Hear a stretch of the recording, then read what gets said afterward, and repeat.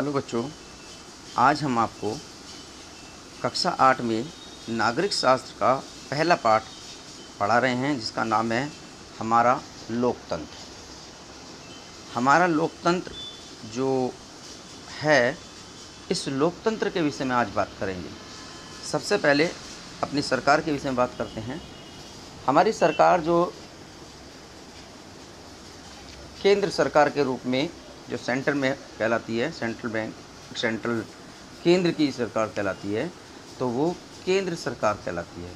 और इसके बाद में आती है राज्य सरकार, और राज्य सरकार के बाद जो आता है स्थानीय स्वशासन। संविधान के 73वें संशोधन के अंतर्गत पंचायती राज की स्थापना की गई।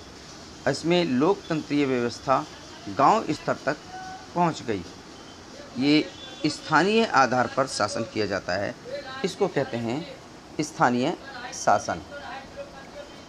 और इसके बाद कुछ पॉइंट हैं इस पाठ के, उन पॉइंटों के आधार पर हम आपको आज काम कराते हैं। तो पहला पॉइंट है, अभी जो बताया हमने, केंद्र सरकार, राज्य सरकार और स्थानीय सरकार में 3 तरीके से हमारी शासन व्यवस्था चलती है। इससे भी पहले लोकतंत्र क्या है, लोकतंत्र का शाब्दिक अर्थ क्या है, इस विषय पे बताना है।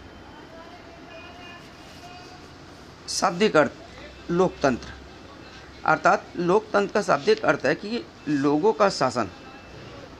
इसका अर्थ यह है नहीं है कि लोग एक दूसरे पर शासन करें, बल्कि लोकतंत्र का तात्पर्य ऐसी शासन व्यवस्था से है जिसमें देश के लोगों की प्रत्यक्ष या अप्रत्यक्ष रूप से समान भागीदारी हो। इसमें महिला, पुरुष, दलितों, अल्पसंख्यकों सहित समाज के अन्य सभी वर्गों की समान भागीदारी होती है। हमारी लोकतांत्रिक व्यवस्था में सभी वयस्क 18 वर्ष या उससे अधिक आयु के लोग होते हैं। अपने मत का प्रयोग करने कुछ प्रतिनिधियों को चुनते हैं। चुने हुए प्रतिनिधि मिलकर देश के लिए कानून व्यवस्था बनाते हैं। ये कानून भी अधिकांश चुने हुए लोगों की सहमति के आधार पर बनते हैं। लोग अपनी मर्जी से कानून नहीं बना सकते। इसके लिए बहुमत द्वारा निर्णय करने का अधिकार सबको बराबर मिलता है। लोकतंत्र में व्यक्तिगत निर्णय नहीं, अपितु सामूहिक निर्णय का महत्व होता है। दूसरा पॉइंट है स्वतंत्र और निष्पक्ष चुनाव। ये जो चुनाव होते हैं, ये स्वतंत्र हों और निष्पक्ष हों, इस चुनाव के विषय में बताया गया है। आज़ादी के बाद लोकतंत्र की स्थापना करने के लिए देश का संविधान लिखा गया। संविधान का निर्माण करने वालों को भी लोगों ने चुना था। संविधान में केंद्र और राज्य दोनों प्रकार की सरकारों को बनाने और चलाने के लिए कानून दिए गए हैं। संविधान के कानून सबसे ऊंचे कानून हैं। ये कानून देश के सभी लोगों को समान रूप से मानने पड़ते हैं, उनको भी जिन्होंने ये कानून बनाए हैं। यदि कोई भी व्यक्ति कानून तोड़ता है तो उसे कानून के अनुसार सजा भी मिलती है। स्वतंत्र और निष्पक्ष चुनाव, इसमें लोकतंत्र की कुछ विशेष बातें होती हैं जो लोकतंत्र के आधार पर लोकतंत्र का पहला आवश्यक आधार है। भारतीय संविधान के तहत भारत में एक लोकतांत्रात्मक सरकार की स्थापना की गई है। ऐसी सरकार लोगों के प्रतिनिधियों द्वारा संचालित होती है, जिसका निर्वाचन यानी कि चुनाव लोगों द्वारा किया जाता है। इस कार्य के संचालन के लिए भारतीय संविधान ने निर्वाचन आयोग की व्यवस्था की है। निर्वाचन आयोग ये सुनिश्चित करता है कि देश में होने वाले चुनाव स्वतंत्र एवं निष्पक्ष हों। इसके लिए निर्वाचन आयोग चुनाव में होने वाले व्यय की सीमा तय करता है, जिसका राजनीतिक दलों एवं प्रत्याशियों द्वारा पालन किया जाता है। चुनाव प्रक्रिया का निष्पक्षता सुनिश्चित करने के लिए यह जरूरी है कि पर्याप्त मात्रा में पुलिस एवं चुनाव अधिकारी नियुक्त किए जाएं। किसी भी प्रकार के चुनाव विवादों में चुनाव आयोग तथा उच्चतम न्यायालय की भूमिका सर्वोपरि होती हैं। चुनाव प्रक्रिया। चुनाव प्रक्रिया क्या है? निर्वाचन आयोग चुनाव से पहले प्रत्येक निर्वाचन क्षेत्र के लिए एक मतदाता सूची बनवाता है। भारत का प्रत्येक नागरिक जिसकी आयु 18 वर्ष पूर्ण हो चुकी है, मतदाता सूची में पंजीकृत होने के हकदार के रूप में है। किसी नागरिक को केवल धर्म, जाति, मूल वंश, लिंग के आधार पर मतदाता सूची में सम्मिलित होने से वंचित नहीं किया जा सकता। चुनाव की प्रक्रिया का प्रारंभ राष्ट्रपति या राज्यपाल द्वारा जारी अधिसूचना से होता है और निर्वाचन आयोग चुनाव कार्यक्रम की घोषणा करता है। उम्मीदवारों को नामांकन पत्र दाखिल करने का पर्याप्त समय मिलता है। निर्वाचन अधिकारी नामांकन पत्रों की जांच कर उम्मीदवारों की अंतिम सूची जारी करता है तथा उम्मीदवारों को चुनाव चिन्ह आवंटित करता है। उम्मीदवारों को चुनाव प्रचार के लिए समय देता है। चुनाव प्रचार के दौरान उम्मीदवारों को आदर्श आचार संहिता का पालन भी करना पड़ता है। आदर्श आचार संहिता ये एक महत्वपूर्ण विषय है, तो इसका पालन करना सभी उम्मीदवारों का कर्तव्य बनता है। चुनाव मतदान की तिथि 48 घंटे पहले बंद हो जाती है।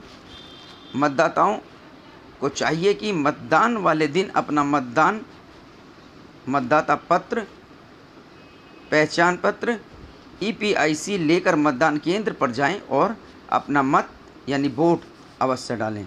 मतदान हेतु मतपत्र या EVM का प्रयोग भी किया जाता है। EVM के विषय में बताते हैं कि इलेक्ट्रॉनिक वोटिंग मशीन को EVM शॉर्ट रूप में कहते हैं।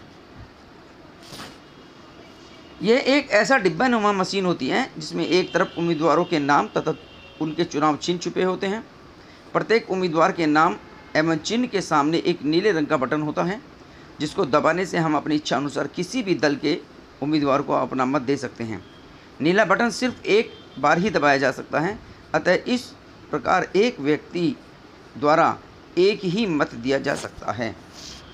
मतदाता द्वारा दिए गए वोट की पुष्टि के लिए आजकल इलेक्ट्रॉनिक्स वोटिंग मशीन EVM से एक मशीन और जोड़ी जा रही है जिसे वोटर वेरीफाइड पेपर यानी कि ऑडिट ट्रेल VVPAT कहते हैं। इस मशीन में मतदाता को एक पर्ची दिखाई देती है जिसमें उस उम्मीदवार का नाम एवं चुनाव चिन्ह छपा होता है जिसको उसने अपना मत दिया है। यह भी उस व्यक्ति को तुरंत पता लग जाता है कि मेरा मत उसी व्यक्ति को गया है या किसी अन्य को तो नहीं गया। ये इलेक्ट्रॉनिक वोटिंग मशीन के साथ जो मशीन जुड़ी होती है उसमें पता लग चल जाता है। None of the above NOTA. NOTA का अर्थ इसमें से कोई नहीं। यदि मतदाता को चुनाव लड़ रहे सभी उम्मीदवारों में से कोई उम्मीदवार पसंद ही ना हो तो वह नोटा का बटन दबाता है, अपना वोट नोटा को दे सकता है। नोटा का बटन EVM एवं मतपत्र के अंत में होता है। तो इस प्रकार से ये अपना मत नोटा के रूप में भी प्रयोग कर सकता है मतदाता। मौलिक अधिकार, आगे पॉइंट है मौलिक अधिकार। भारतीय लोकतंत्र में प्रत्येक भारतीय नागरिक को कुछ मूल अधिकार दिए गए हैं, जैसे नागरिक, राजनीतिक, सामाजिक, आर्थिक, सांस्कृतिक अधिकार। यही मौलिक अधिकार फंडामेंटल राइट्स लोकतंत्र का दूसरा आधार है। राजनीतिक एवं नागरिक अधिकार विशेषताएं ऐसे अधिकार हैं जिनके अनुसार राज्य व्यक्तियों तथा समूहों के कार्यों में हस्तक्षेप न करने के लिए प्रतिबद्ध होता है। लोकतांत्रिक शासन में सभी लोगों को विचार अभिव्यक्ति, संगठन बनाने, सम्मेलन करने, कहीं भी आने जाने और कोई भी व्यवसाय करने की स्वतंत्रता होती है। संविधान में भारतीय नागरिक को अपने विचार व्यक्त करने की स्वतंत्रता का अधिकार भी दिया जाता है, परंतु यह न्यायालय की और संसद की अवमानना या मानहानि नहीं कर सकता। यदि सरकार जनता की बात नहीं सुनती तो जनता उसका विरोध सभाओं और प्रदर्शनों और जुलूसों आंदोलन द्वारा कर सकता है, किंतु ये आंदोलन पूर्णतः शांतिपूर्ण होना चाहिए।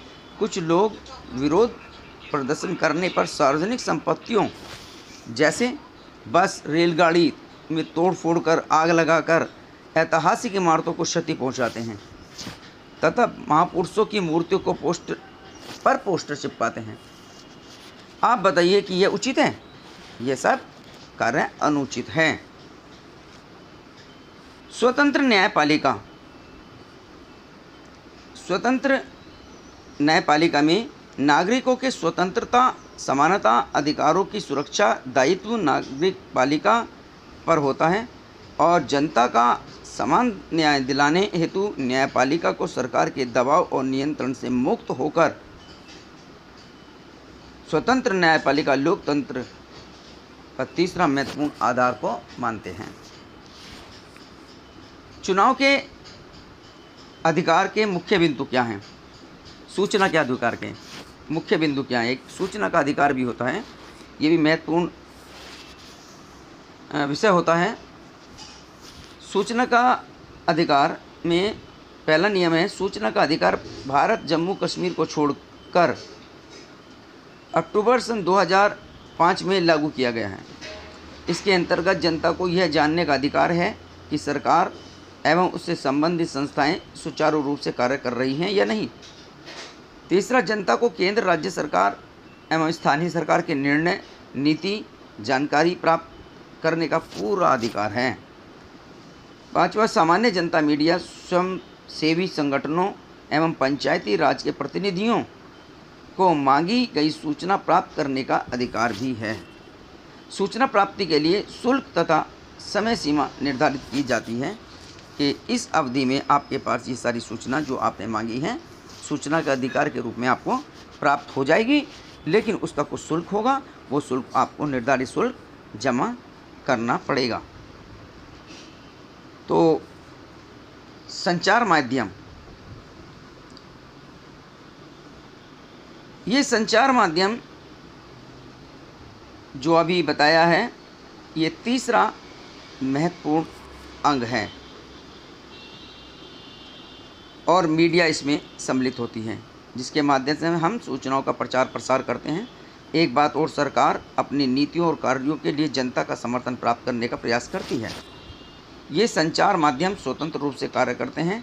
ये न केवल शासन की नीतियों का प्रचार करते हैं बल्कि शासन के काम की जांच पड़ताल भी करते हैं, जनता को सूचनाएं उपलब्ध कराते हैं, सभी प्रकार के विचारों का आदान प्रदान करने का साधन भी है। वे शासन तक जन भावनाओं को पहुंचाने तथा शासन और सार्वजनिक दबाव का माध्यम भी होते हैं। अतः मीडिया लोकतंत्र का चौथा आधार होता है। चौथे आधार के बाद आता है एक अब्राहम लिंकन के द्वारा कही गई बात, महत्वपूर्ण बात है, जो बताया गया है कि लोकतंत्र के विषय में। लोकतंत्र क्या है? लोकतंत्र लोगों के द्वारा लोगों के लिए शासन है। अर्थात अब्राहम लिंकन ने कहा, एक बार कहा था कि तुम बेवकूफ़ मत बना सकते हो सभी लोगों को कुछ समय के लिए, कुछ लोगों को हमेशा के लिए, लेकिन सभी लोगों को हमेशा के लिए नहीं बना सकते। सर्वधर्म समभाव, लोकतंत्र की सफलता के लिए शिक्षा के अतिरिक्त नागरिकों के परस्पर धार्मिक सद्भावना भी होना चाहिए। दूसरे शब्दों में हम कह सकते हैं कि उसमें पंथ निरपेक्षता की भावना होनी चाहिए। इसका सीधा अर्थ यह है कि सभी व्यक्तियों को अपने अपने विश्वास के अनुसार अपना धर्म पालन, प्रचार प्रसार करने की स्वतंत्रता होती है। धर्म के आधार पर राज्य नागरिकों में कोई भेदभाव नहीं करेगा। राज्य किसी भी धर्म को विशेष प्रोत्साहन नहीं देगी। सामाजिक, आर्थिक और राजनीतिक समानता के रूप में लोकतंत्र समानता पर आधारित शासन व्यवस्था है। विगत कई शताब्दियों से हमारे समाज में अनेक प्रकार की अवमानताएं, असमानताएं विद्यमान रही हैं। धर्म, जाति, लिंग पर आधारित भेदभाव हमारी सामाजिक व्यवस्था को प्रभावित करते रहे हैं। लोकतंत्र इस भेदभाव को समाप्त करने, सभी को समान अवसर देने पर जोर देता है। यदि देश में आय का असमान वितरण होता, यानी कुछ लोगों बहुत अमीर और कुछ अन्य लोग बहुत ज़्यादा गरीब होंगे, तो लोकतांत्रिक व्यवस्था कमज़ोर होगी। आर्थिक समानता प्रत्येक व्यक्ति को अपनी पसंद के अनुसार व्यवसाय चुनने का अधिकार देता है। राजनीतिक समानता का अर्थ है कि समाज के सभी व्यक्तियों को एक समान मताधिकार, चुनाव लड़ने का अधिकार तथा सरकार में कोई भी पद पाने का अधिकार प्राप्त है। महिलाओं के लिए विशेष कानून अधिकार। कानून के समक्ष समानता, लिंग के आधार पर भेदभाव न करना, समान कार्य के लिए समान वेतन मिलना, कार्य के लिए उपयुक्त और मानवीय वातावरण बनाना और प्रसूति लाभ सुनिश्चित करना, महिलाओं के सम्मान के विरुद्ध गतिविधियों को रोकना, पंचायत और नगर पालिकाओं में महिलाओं के लिए सीटों का आरक्षण, स्वास्थ्य की सुविधाएं बेहतर बनाना और पोषण के स्तर में सुधार करना, कमज़ोर वर्ग की महिलाओं को शैक्षणिक व आर्थिक हितों को बढ़ावा देना। ये महिलाओं के कुछ विशेष अधिकार थे। लोकतंत्र का भविष्य, कुछ चुनौतियाँ। आगे बताया गया है कि हम सबको अपनी स्थिति में सुधार लाने के लिए ज़रूरी है कि हम सही नेताओं का चुनाव करें। यदि उन्हें सही नेताओं को चुनने के लिए कोई ठीक विकल्प नहीं मिलता है या चुने हुए प्रतिनिधि अक्षम हैं तथा उनमें बदलाव लाने की दृढ़ इच्छा शक्ति नहीं है, तब लोकतंत्र एक अनुपयोगी व महंगा ढांचा मात्र सिद्ध होगा। अतः हमें याद रखना होगा कि एक जवाबदेह लोकतांत्रिक व्यवस्था लाना हमारा महत्वपूर्ण दायित्व है। इस जिम्मेदारी से हम बच नहीं सकते। शिव खेरा जी ने बताया है, समाज को दुष्ट व्यक्तियों की दुष्टता नहीं बल्कि अच्छे लोगों की निष्क्रियता और पतन की ओर ले जाती है। तो इस प्रकार से आज हमने आपको हमारा लोकतंत्र क्या है और इसमें कौन कौन से नियम और कानून हैं, किस प्रकार से ये सरकार के द्वारा लोकतंत्र चलाती है भारत देश में, ये बतलाया गया था। तो इसको आपने सुना और पढ़ा भी होगा, तो इसको पुनः पढ़िएगा। इसमें से कुछ प्रश्न अपनी इच्छा अनुसार छोटे छोटे प्रश्न छांटिएगा और आगे आने वाली वेला पर हम इस पाठ के सभी प्रश्नों की पीपीटी बना करके आपको भेजेंगे। अतः आज इतना ही। इस पाठ को पढ़िएगा और पढ़ करके अपनी इच्छा अनुसार कुछ छोटे शॉर्ट क्वेश्चन बनाइए और उनको कॉपी में लिख करके ग्रुप में सेंड कीजिए। धन्यवाद। आज का काम इतना ही।